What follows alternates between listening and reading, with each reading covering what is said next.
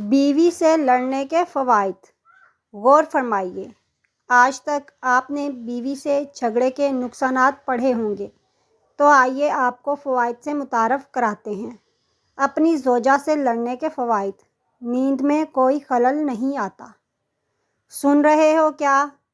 Light بند کرو، پنکھا بند کرو، کمبل ادھر دو، ادھر نہ کرو۔ جب تک بیوی سے جھگڑا رہتا ہے، اس دوران بیوی پیسے نہیں مانگتی۔ جھگڑے کے دوران بات چیت بند ہوتی ہے، جس سے روز روز کھچ کھچ کم ہوتی ہے اور شوہر بلا وجہ کشیدگی سے بچا رہتا ہے۔ جو اپنا کام آپ کر سکتے ہیں وہ اس لیے نہیں کرتے کہ بیوی کر دیتی ہے۔ لڑائی کے بعد وہ چھوٹے موٹے کام خود کر کے شوہر کام کرنے کا عادی ہو جاتا ہے۔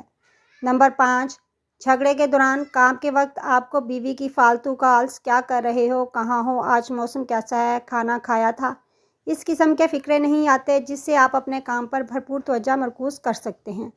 سب سے زیادہ شوہروں کو کام کے بعد جلدی گھر آنے کے لیے گھر سے بار بار فون آتے ہیں، مگر ایک بار جھگڑا ہو جانے کے بعد آپ کچھ دن تک اس فکر سے دور رہ سکتے ہیں۔